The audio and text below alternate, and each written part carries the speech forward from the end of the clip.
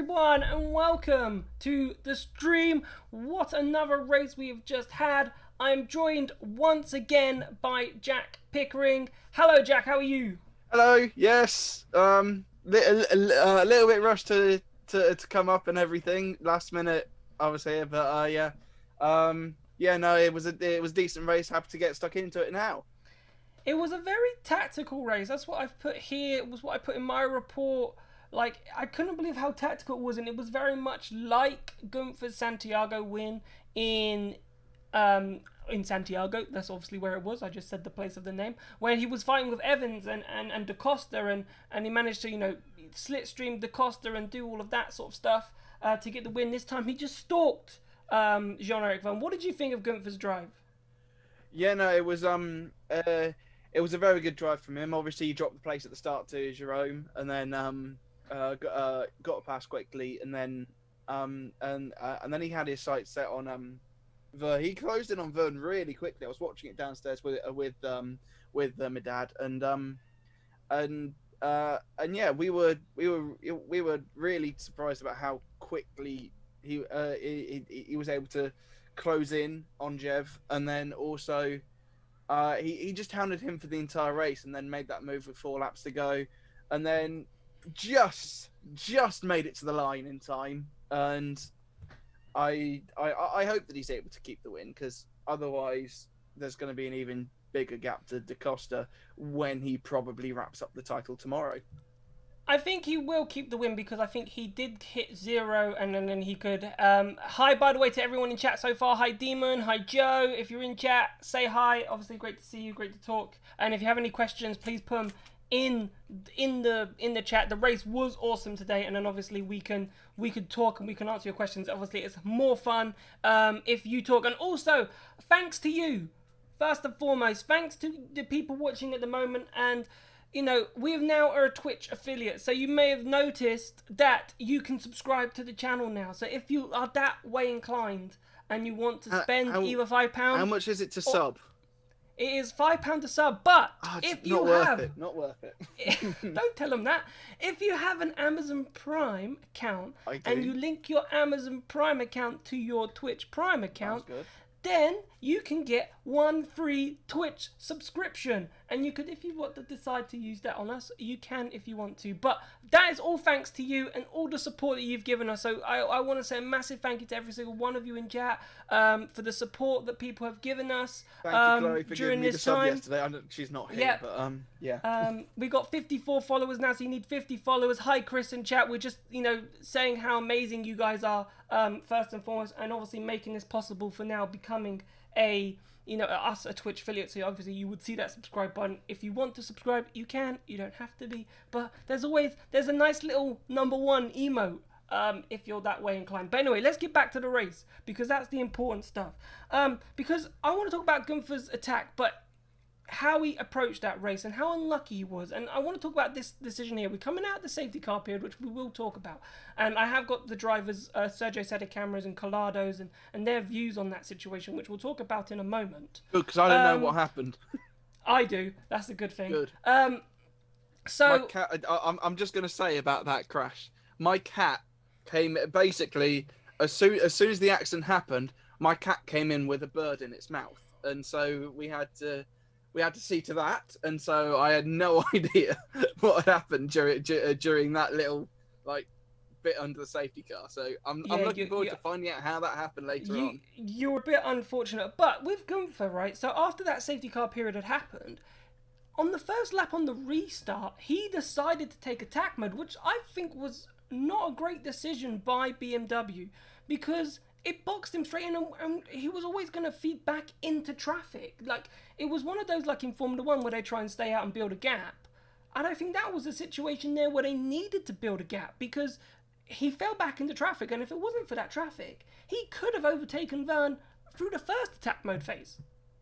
Yeah, I think, I don't understand why Gunther went for attack mode there.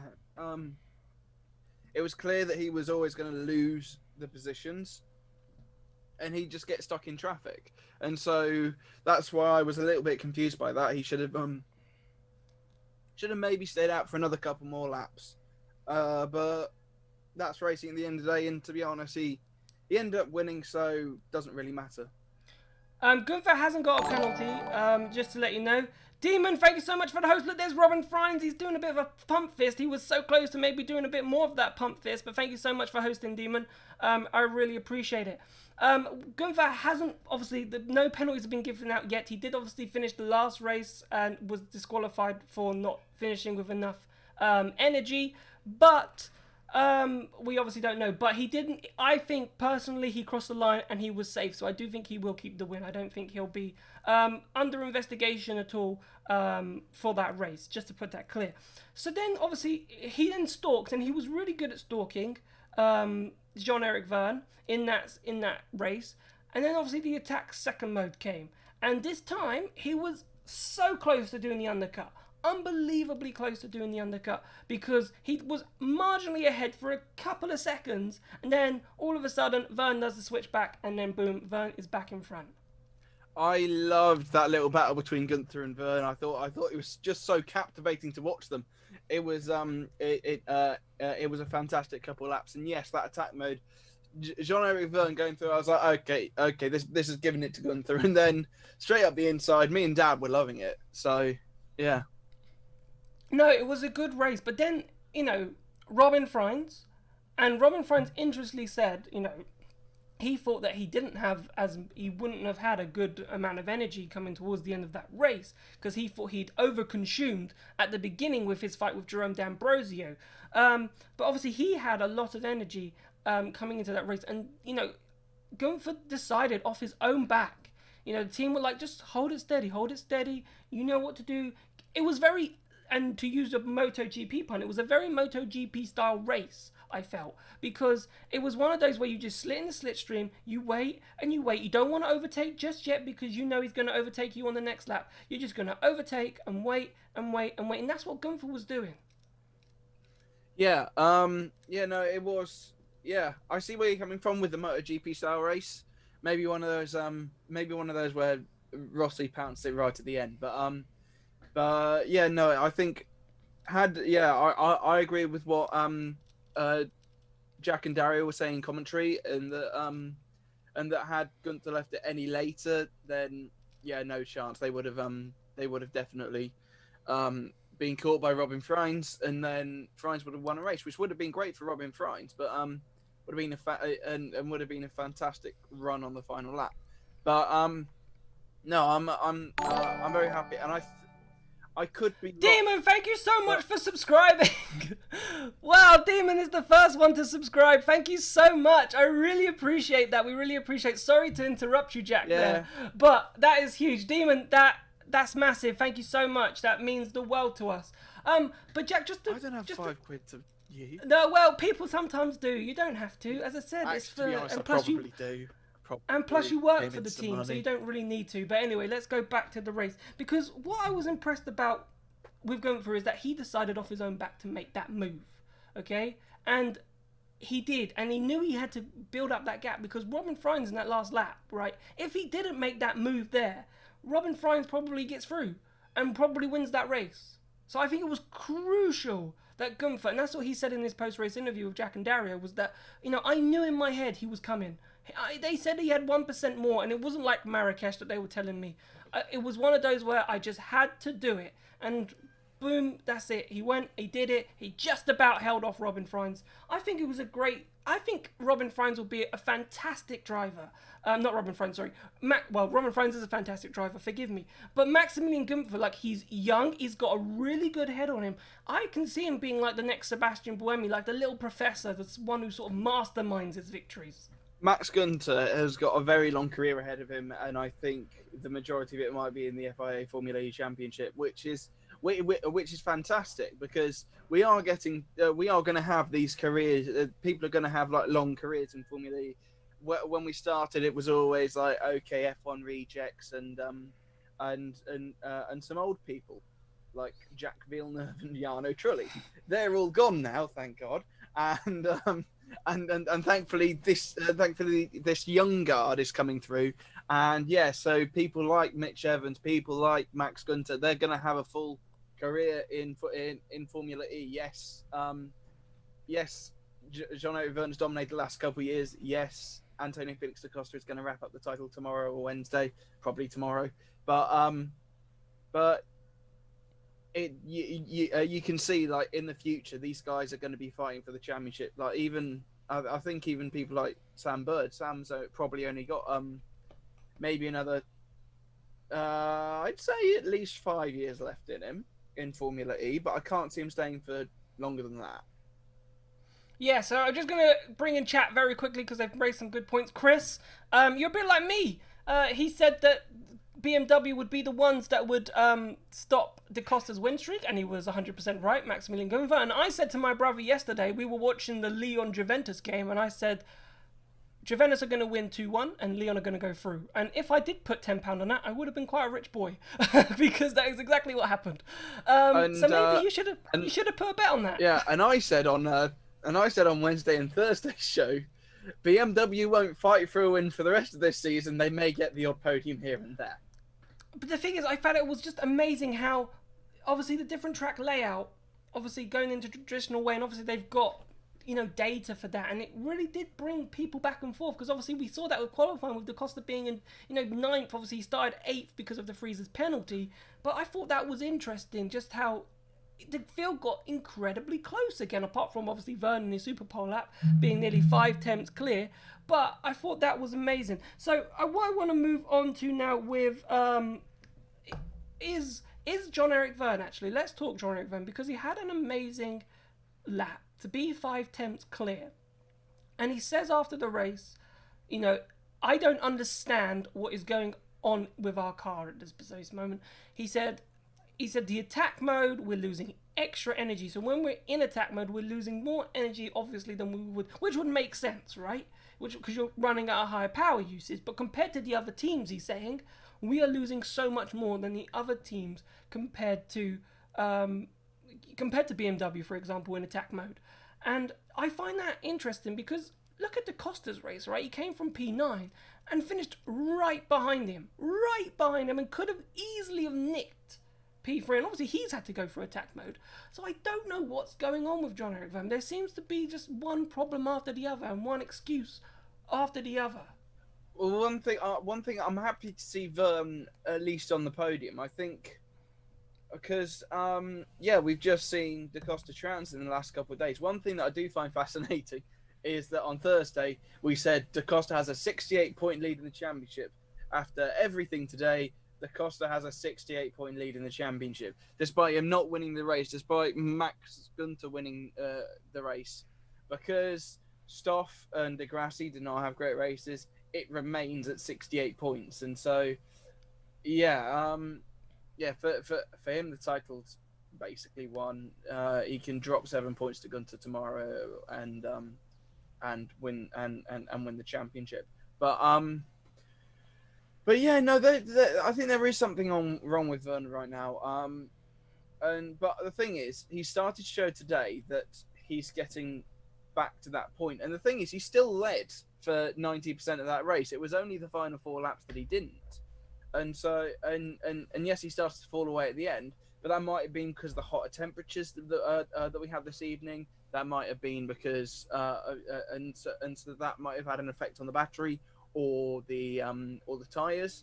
But yeah, we are not clear on that yet. But no, I think he's doing a lot better than he was doing. Yeah, of course, he's doing a lot better than he did on Wednesday and Thursday. And by the way, thank you, Demon, for the subscription. Once again, you've got a lovely little steering wheel next to your name that will change colour where the more subscriptions you do. But thank you so much for the subscription. Wait, you can do more subscriptions?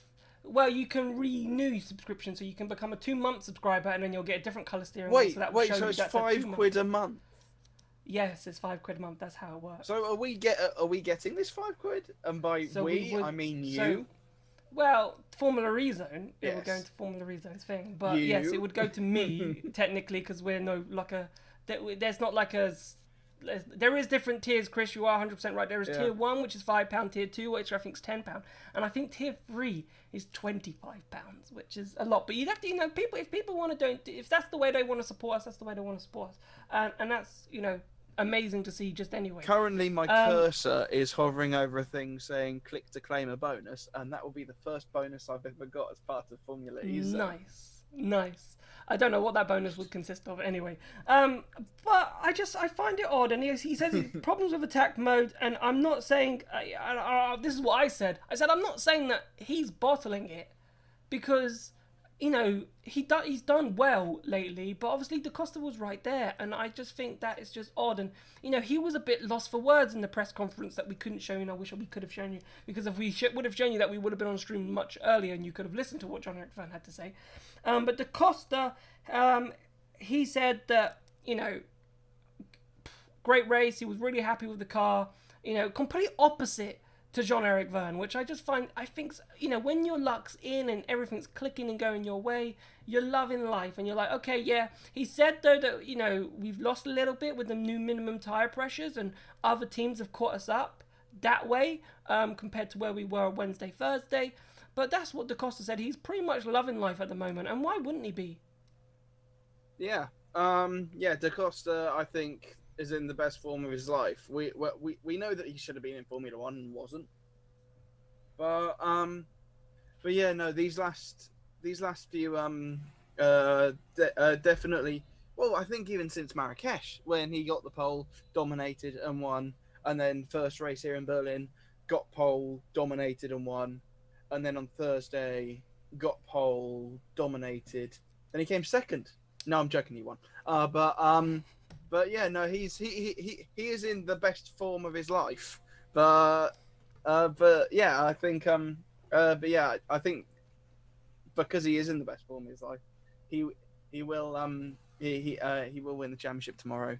But yeah, no, it's very likely, I don't isn't think there's it? much Jeff can really do about it. No. So let's talk about the crash then. I know you missed the crash, so Yes. I will explain what happened in the crash, and then I will talk about what Sergio Sette Camera said. So basically what happened was Sergio Sette Camera locked up. Okay, so Sims tried to do, as he said, Sims tried to do the dummy on him. Sims locked up while trying to fake a move to pass Sergio Sette Camera, which then Sergio Sette Camera saw the lock up, and he went in too deep, and he said he just completely punted Collado, and in that, Sergio Sette Camera broke his left front suspension, so that's why he came to a stop. He didn't have like a software glitch like Jack and Dario were saying. He wiped out his left front suspension and came to a stop. That's why Mitch Evans, while trying to pass him, got in his way and basically bumped him and then broke his right rear suspension, left rear, sorry, as well. So that's how that happened. And then pretty much the mess and all of that is going wrong. Neil Yarni just trying to completely avoid the situation. I don't think he actually clips Sergio Sette Camera. I think he just goes around him, but in that process loses it, goes into the wall, and that's his race out as well. Sette Camera said he said it was his fault. He said he was too busy looking at Alexander Sims and then got too late onto the brake because he was too busy watching his mirrors. And he said, he's going to apologise to Collado because he said, he's sorry for taking him out of the race. But yeah, so that was basically what happened with that first crash. Jack, I don't know if you saw any replays, but what did you make of it when you saw the replays? I saw part of it in the highlights, but in the highlights that Nick was voiced over at the end. But yeah, no, I didn't really understand it. I just saw Yarni and Sette Camera crashed out, and then I saw Tigger come along with a bird. I think it's disappointing because Sergio Sette Camera had a fantastic qualifying. I think he dropped a few places off the start, but he still had a great run up until that point. I think he was still around like 13th, 14th. Let's talk about Sergio Sette Camera very quickly, Jack, because he has probably been the most improved driver out of everybody so far, especially of the newcomers of Rast. I think he's probably performing better than Rene Rast. I know Rene Rast has got a point and not done too badly. Let's look at practice for Sergio Sette. He's always banging in a lap. That's really quick. He didn't really do much the day before. I think it was on the Thursday when he did the lap. He was actually quite bad in qualifying, but today he was able to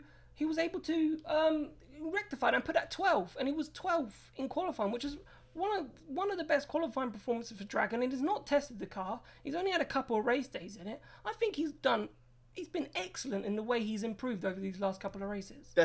Definitely, he's done really well. The thing is, in practice, you can have a few goes at doing that in doing a quali run, but in qualifying, you get one shot at qualifying. That is it, and then if it doesn't work, then tough. Really, you will start near the back of the grid, and we've seen that for. We've seen the that likes for of Mitch Evans, for example. People, yes, Mitch. I mean, like, and Sebastian Buemi, Sam Bird today as well. Sam qualified 20th today, which I can't even remember when Sam qualified that low.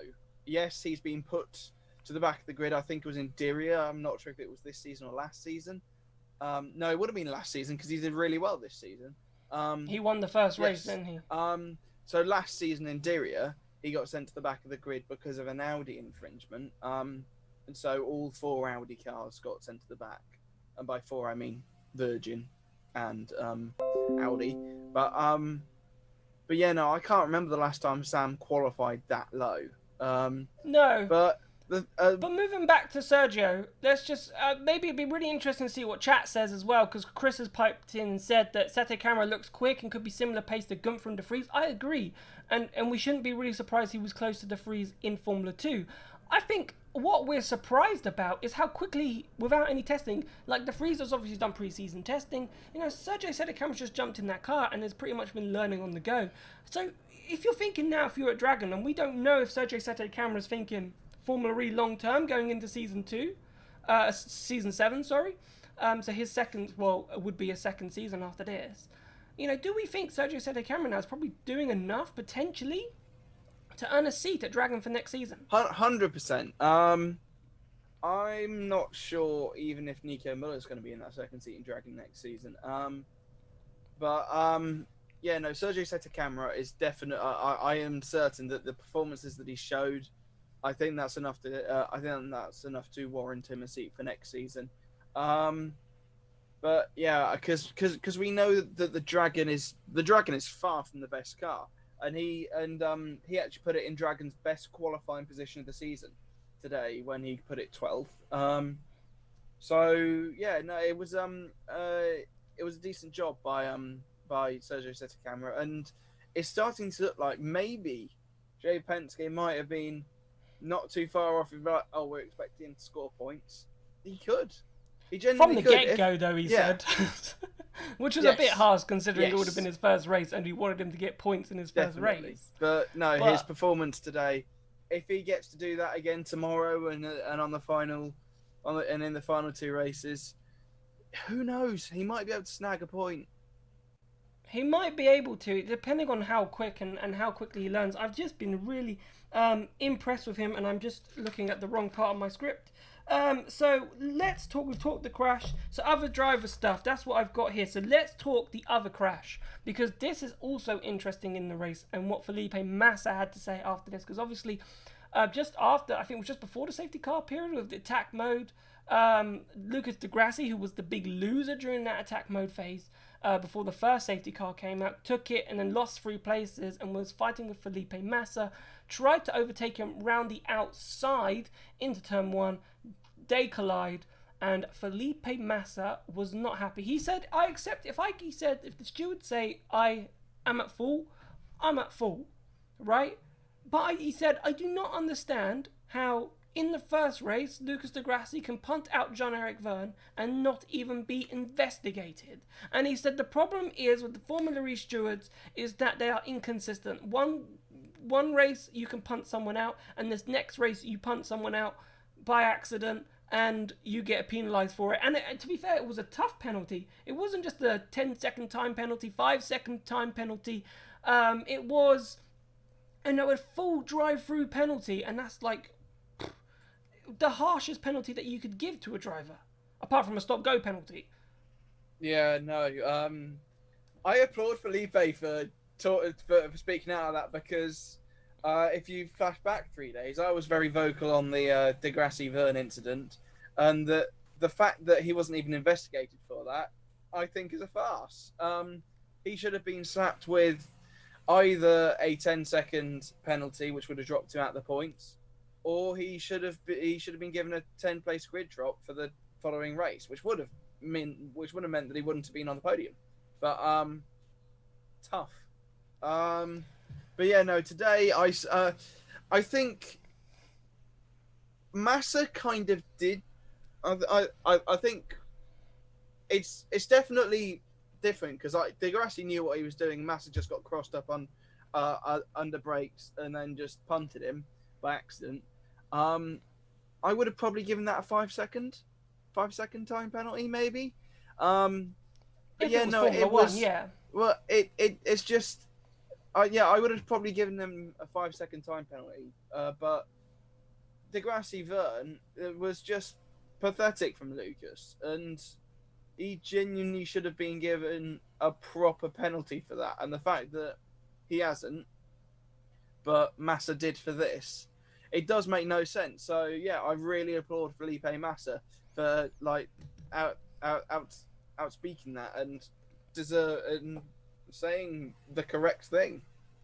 And in other news then with Venturi, so we'll stick with Venturi here because it was actually very interesting. So Massa was up in P5, if we remember, right? And then he dropped back to P14, and you know, people wondering how on earth has he dropped down to P14? And this is basically what he said. He said, we were racing, you know, the teams told me we're going to do 35 laps. There's going to be 35 laps. So he was doing, you know, a lap time that would have easily got him, you know, 35 laps. And he was really happy he was overtaking teams. And then all of a sudden, Team Rate came over the radio. By the way, it's going to be 36 laps. And he went, oh my God, I've got to save energy. Like, I'm now like a lap short because you told me 35. So then he starts saving energy because he thinks it's 36. And then guess what happens over the team radio for Felipe Massa? He says, oh, by the way, it's going to be 35 laps. And he's like, what? Well, he said, fine, the drive-through penalty is my fault. But he said, we really mucked up on the strategy today. Like, to be this inconsistent, making us drive to a certain speed and then, you know, making us fall back to save energy, but then telling us we are going to do 35.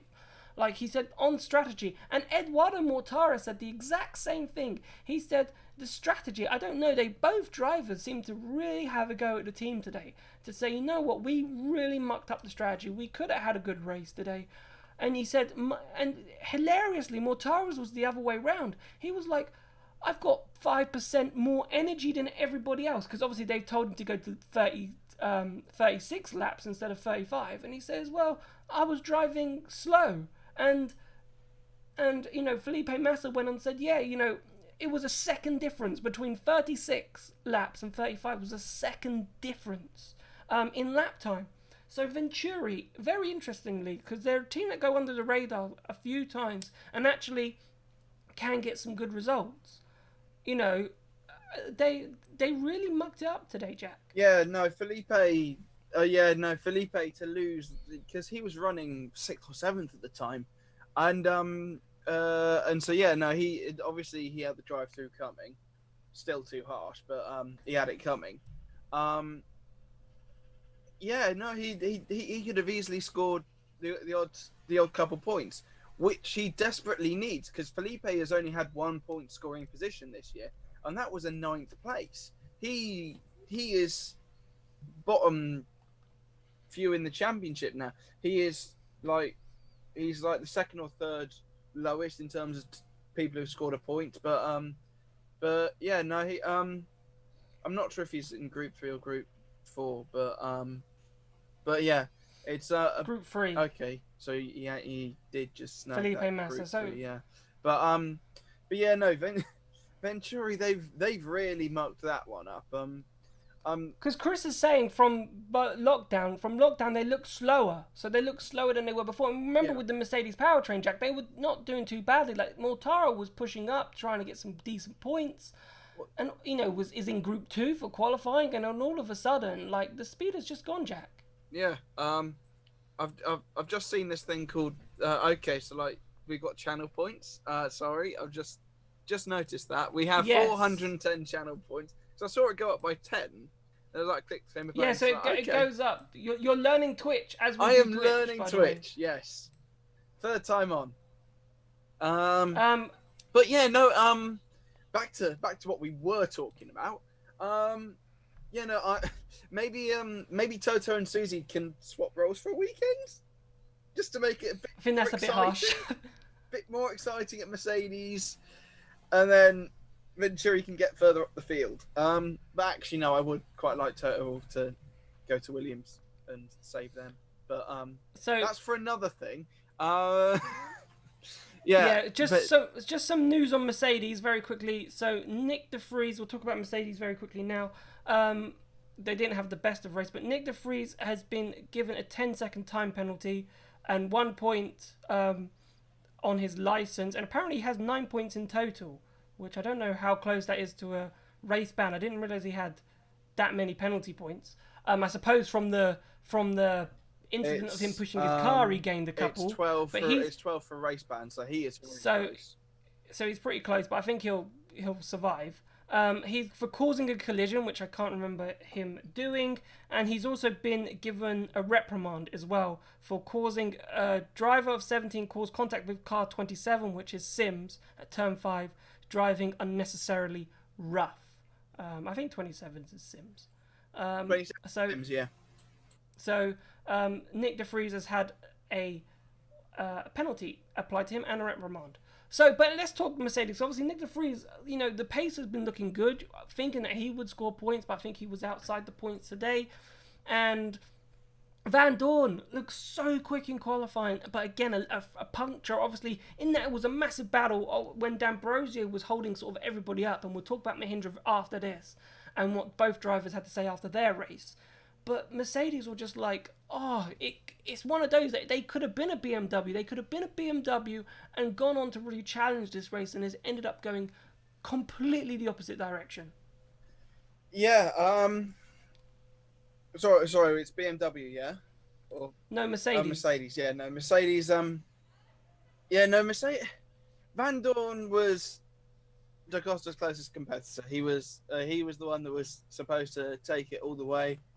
And then he got a puncture in that battle for 5th place, and and so maybe I think had he finished that race, I think he might have even finished. I think he might have even beaten John-Eric Verne in that. He might have been able to snag a podium, but Mercedes had a torrid day because obviously they've just got that 10-second penalty for de Vries. De Vries is having a fun time. He got that ridiculous 5-place penalty for jumping up the car and pushing it on Thursday, and then today with that. But yeah, no, Stoff. I think Stoff's out the title hunt. I mean, they're all really out the title. Well, pretty much all of them are out the title hunt. Yeah, but let me live in my happy little bubble, Jack. Everyone's to play for. Yes. Just. Not really. So but it's one of those, like, it's going to be last lap. It's going to be last lap.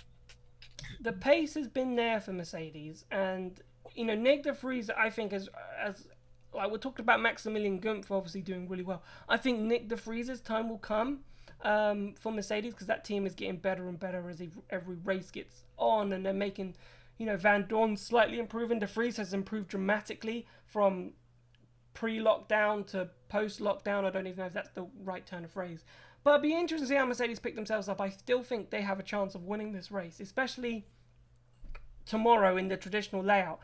The extended layout's like new for everybody, so I don't know how that's going to work. But they looked quick in the traditional layout, and I think they will do a decent job tomorrow. But let's talk Mahindra, because, oh my God, right? 3rd and 5th in qualifying, right? Jerome D'Ambrosio 3rd and Alex Lynn in 5th. So they were the first ones to come into the press conference about 7:30. And they had both faces like thunder, because they know they've got great one-lap pace, okay? They have great one-lap pace, but they have no pace in the race. And this is what we were worried about. And I know me and Chris was talking about this on the Discord channel, was like, well, let's see if their race pace can, finally save them. And D'Ambrosio looked incredibly slow at the beginning, like he knew he had to save energy, and that's what he said after the race. He's like, I knew our car isn't just as efficient as the others around us, and he's like, we want to save energy. We want to fight at the front. We've got the 1 lap pace to do so. But when we have to start energy saving, it all goes out the window. It reminds me of the Nissans. When the Nissans in season 5 had great pace, great 1 lap pace. But then all of a sudden, in the race, because of the powertrain and how heavy it was so bad on efficiency. And that is what's happened to Mahindra. Mahindra are just not as strong on energy efficiency as the other drivers and teams. Yeah, Mahindra. I think Mahindra's still probably one of the most improved teams of the. I would agree with of that. The six race header. Because they got both their cars into Superpole for the first time since Paris last year. Now, unfortunately, in Paris it didn't work out for them because they got sent to the back of the grid. But no, they started to show this pace again. But they do seem to be quite. They are much better qualifying than they are at the race. And I thought Alex Lynn still snagged the point. No, he finished 18th or 19th. He was completely out of it. He didn't. Something must have happened in the last couple laps. So disappointing for Alex Lynn because he showed some fantastic pace over the last few days, and so I do really hope that he does get at least some points for this season. I think he will because the thing is with Lynn, I'm fairly certain now that he will be in that second Mahindra seat next season. For sure. For getting 2 Superpole appearances, you can't not give it to him. Yeah, and same reason with Sete Camara because he's been showing some fantastic pace over the last couple of races with Dragon. So we're fairly certain that he's a shoe in there as well. Yeah, that makes sense to me. Like, you know, the only reason Alex Lynn is not in that car, but he said after the race, you know, my aim is to get a full-time seat in Formula E, and I'm actually was quite annoyed that I didn't have a full-time seat for this season. Obviously, with the good, and he came in. You have to remember, right? He came in at Jaguar after Nelson Piquet Jr. left, had a pretty solid season. A solid last end to the season. He scored more points than Piquet did in the first few races, and that's hard for me to admit as a Nelson Piquet fan. Yeah, and he was really upset. I think he was really upset he didn't get that Jaguar drive. It was a big shock. It was a big shock that they announced James Collado. Exactly, that's what I was about to say. Like, when you're comparing Alex Lynn and James Collado, to be fair, like, if you look at their careers, they've both had good careers, right? But I'm not saying they're the same driver, but you'd say that they're fairly similar, right? On paper, you'd probably say they're pretty similar drivers, and I think that's fair to Collado, okay? But Lynn's the one with the Formula E experience. You've worked with him. You know that he can pull a quick lap out. He did it for you, yet you took a rookie in James Collado. Yeah, I don't understand. The only time that he hasn't really shown great pace was the full season that he got back in season 4. Apart from that, he's been absolutely fantastic in all the standing drives that he's done. He came in for his first race, New York season 3, pole, and should have had a podium, but had mechanical problems. He came in to replace Nelson Piquet in season 5. He got a front row. He had a couple Superpole appearances in the Jaguar. And then he didn't get the seat. He's come in for Mahindra, and he's had 2 Superpole appearances, and he should have had some points by now. And so I'm hoping that Dilbag has seen the light from his hotel room in Berlin, and hopefully will shove a contract in front of him probably Friday morning. The only problem I can see with Mahindra at the moment is, obviously, we're saying, okay, he's got great 1-lap pace, right? But his races haven't been great, right? So he's been there twice now and has fallen outside of the points in both. D'Ambrosio has picked up points, whereas Lynn hasn't. And I don't know if there's an issue there. So I hope not. I hope they're not going to say, oh, well, he didn't get any points. So, let's take Oliver Turvey, for example. Because, as I said, and I stand by what I said, Oliver Turvey probably would have been a shoo-in for that seat if maybe Lynn didn't do too well or would have been on that short list. But you can't take it away from Lin. You can't take it away from Lin at this precise moment. And as Chris says, Mahindra aren't stupid as Jag. They won't get rid of Lin. I don't think they will. I think Lin will find his way to Mahindra, and I think Lin and D'Ambrosio could be a good shout. And I think, people are questioning how long D'Ambrosio has in the sport, and he's still got it. Like, he gets a lot of criticism. Another one that's a bit like Alexander Sims for me, who just gets a lot of criticism. Yeah, he's done a fantastic job since we came back. Obviously, before we started this, he only had 3 points to his name from the entire season or something. But he got 5th place in the Wednesday race, and he's had another 6 points today. I'm not sure if Mahindra's still 9th in the championship, but it's looking like that they might be moving able to in the right direction. They might be able to nab a couple of positions. Because the thing is, if you look at the top 7, I'm trying to make sure that I've got this right. But basically, you look at all teams, but or Dragon and Neo, and you expect them to be and you expect Dragon to be 10th, Neo to be 11th. No disrespect to them, but that's more or less where they are. But above that, you just it's basically pick a name out a hat, and they'll be in that position. Because it is just so tight near the top in Formula E, and that's what we love about Formula E. It's not just one team dominating for 7 years. Chris really pointed out there that D'Ambrosio was out qualifying Verline also at the beginning of the year, which is true. And D'Ambrosio is an underrated driver. I do agree with you. He is underrated, but yeah, he just gets a lot of stick, and there's a lot of people questioning whether or not he'll be there. And I think that's obviously be up to D'Ambrosio. He is becoming a slightly of the elder statesman in the grid at the moment, but he's still got plenty of years left him in as a Formula E driver, in my opinion. So that's Mahindra. I think the last team I have on my list from everyone I heard before we came on air is Jaguar. And Jaguar, it's really funny listening to Mitch Evans speak right now, because we came into this situation thinking Mitch Evans was going to be the one to, challenge Da Costa and be the one that could win, right? And it just hasn't obviously come to that. It hasn't come to that. And what we're looking at now is Evan saying that we made a good step forward. Obviously, it's not enough. But considering to Wednesday and Thursday, he said we made a good step forward from Wednesday and Thursday. He says we just need to sort out qualifying. Qualifying is a huge issue at the moment. Obviously, I don't know if he'll still be in Group 1. He is. He's in 6th at the moment. Because he got 3 points today. He got 3 points. He finished 9th and got the fastest lap as well. Yes, and he got the fastest lap. So, he even said at stages of the race it was quite good, and the pace was there, but it's just still, he said he doesn't think, a bit like Sam Bird said the exact same thing, was he doesn't think they're good enough to win a race.